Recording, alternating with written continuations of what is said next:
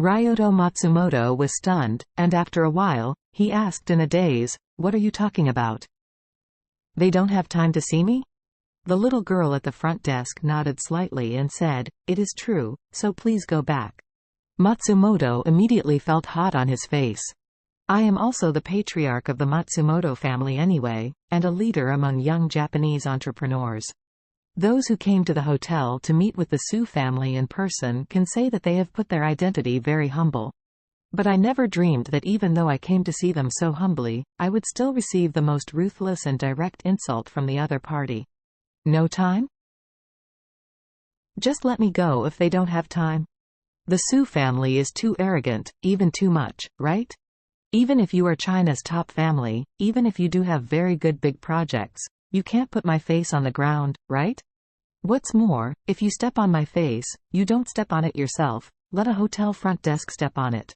Where do you put my face?" Thinking of this, Ryoto Matsumoto had a dark face and said coldly to the front desk, "Contact them again and tell them that I am the patriarch of the Matsumoto family and the president of the Tokyo Young Entrepreneurs Association. I came here today just to see the young master and young lady of the Su family, so that they must take time to talk to me once." The front desk was frightened by his hideous expression, and he said falteringly, "You gentlemen, I'm really sorry. The assistants of the two distinguished guests have clearly told us that the two distinguished guests really don't have time to see you, so please don't embarrass us." Ryoto Matsumoto's original strong self-confidence was instantly crushed by the powder hit by the front desk girl. He cursed almost hysterically, "My name is Ryoto Matsumoto, not, you gentlemen. Do you understand?" The girl at the front desk took a few steps back in fright. "I'm really sorry, Mr. Matsumoto, I'm just passing on the reply from the guest. Please forgive me." In the lobby, many people watched Matsumoto whispering. These people whispered in twos and threes. Although they couldn't hear what they said, from their expressions, Matsumoto could see that they were all laughing at him.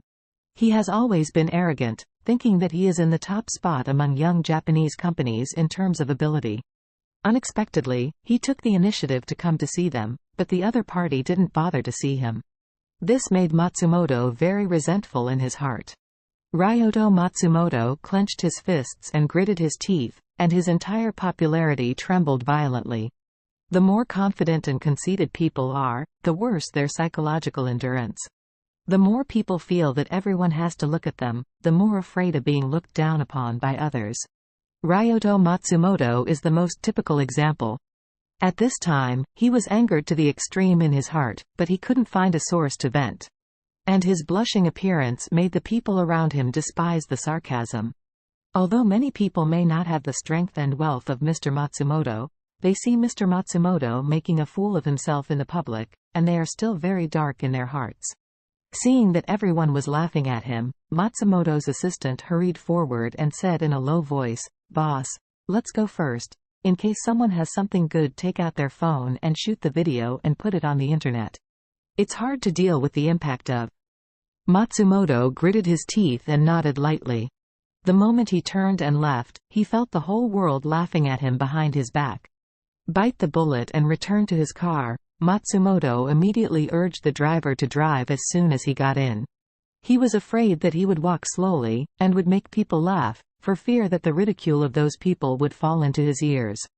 The assistant could not help but persuade him, "Boss, the Su family must feel that our overall strength is still much worse than that of Takahashi and Ito, so they are regarded as cooperation options and do not want to waste time with us, but this must be their loss."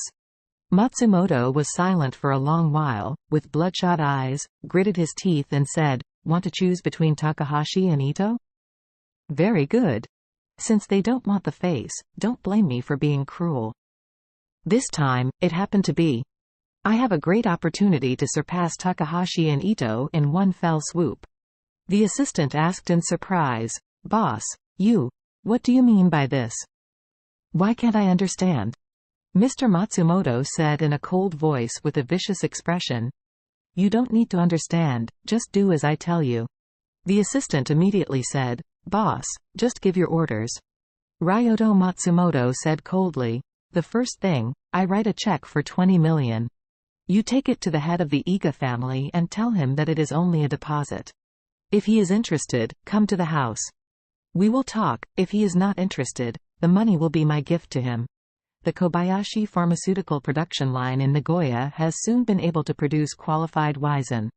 This is mainly because Kobayashi Pharmaceuticals itself is a top pharmaceutical company in Asia, with very advanced production lines, even more advanced than those of JX Pharmaceuticals back in China.